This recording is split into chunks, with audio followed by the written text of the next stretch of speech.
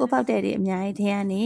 ဘယ်သူကတော့ငွေတောင်းခံလာတွေပို့လို့ရပြီတက်မှတ်ရက်ကိုပြည့်သွားပြီဆိုတာကိုအလွယ်တကူဖော်ပြခြင်းနဲ့ဆိုရင်ဒီ Excel function လွယ်လေးတွေနဲ့ကိုပိုင် mini software လေးတွေပြုလုပ်လို့ရပါတယ်ကြည့်ရအောင်အရင်ဆုံးကိုစီမှာနောက်ဆုံးငွေသွင်းသွားတဲ့ရက်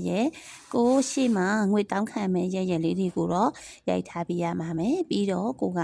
အဲ့မှာဘယ်နှစ်ရက်ကြာပြီလဲတည်ရအောင် days ဆိုတဲ့ function လေးနဲ့တွက်ကြည့်ရအောင် days ဆိုတဲ့ function မှာဒါ end date လေးပါပါမယ် start date လေးပါပါမယ်ရိုက်လိုက်လို့ရှိရင်တော့ကိုရဲ့ကြာတဲ့ရက်ကလေးထွက်လာပါလိမ့်မယ်အဲ့ဒီခါကျရင်ကိုကဘာလုပ်မှလဲဆိုတော့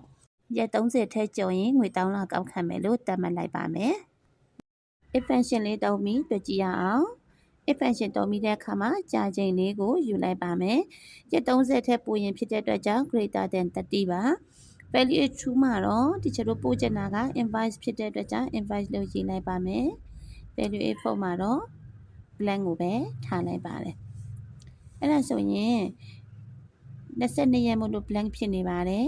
အဲ့ဒါဆိုရင်ရက်30ထဲကျော်တဲ့အရာတွေက invoice ဖြစ်ပါတယ်ဒါဆိုရင်ကိုကရက်ပြည့်တိုင်း invoice ဆိုတဲ့နေရာလေးကအနီရောင်လေးဖြစ်ပေါ်လာမှာပါကျေးဇူးတင်ပါတယ်အဆင်ပြေကြပါစေ MO Education ကပါရှင်